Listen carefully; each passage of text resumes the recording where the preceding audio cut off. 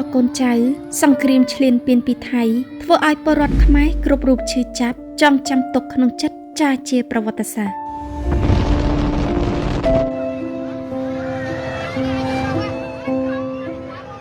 ម្ដងហើយម្ដងទៀតប្រទេសថៃតែងតែរករកគ្រប់កលល្បិចដើម្បីឈ្លានពានប្រទេសកម្ពុជាទាំងដែលកម្ពុជាចង់បានតែសុខសន្តិភាពថៃបានប្រើប្រាស់ការបាញ់ប្រហារទាំងកំរោលនិងគ្មានមនុស្សធម៌ជាទីបំផុតទាំងផ្លូវគោកផ្លូវទឹកនិងផ្លូវអាកាសមកលើដែនអធិបតេយ្យភាពកម្ពុជាជាពិសេសនៅលើតំបន់ដែលប្រជាជនស្លូតត្រង់រស់នៅពលរដ្ឋស្លូតត្រង់មិនថាចាស់មិនថាក្មេងមួយចំនួនត្រូវរងគ្រោះរងរបួសនិងខ្លះត្រូវបាត់បង់ជីវិតខណៈរាប់សិបម៉ឺននាក់ដែលរស់នៅតាមបណ្ដោយព្រំដែនជម្លោះត្រូវបង្ខំរត់ចោលផ្ទះសម្បែងដើម្បីគេចខ្លួនពីអំពើថ្មិលឥតសាសនារបស់ជាតិសាសន៍ដែលឃ្លានចង់បានទឹកដីអ្នកដទៃងាកទៅវីរៈកងទ័ពដ៏ក្លាហានរបស់កម្ពុជាវិញមិនថាយប់ថ្ងៃស៊ូពលីឈាមស្រស់សាច់ស្រស់ការពារទឹកដីពីការឈ្លានពានរបស់ខ្មាំងសត្រូវទប់ទល់យ៉ាងអង្អាចឈរជើងយ៉ាងរឹងមាំបំផុតមិនឲ្យខ្មាំងសត្រូវកាន់កាប់ទឹកដីយើងបានឡើយទង្វើរបស់ចៅឈ្លានពានថៃមកលើកម្ពុជានេះ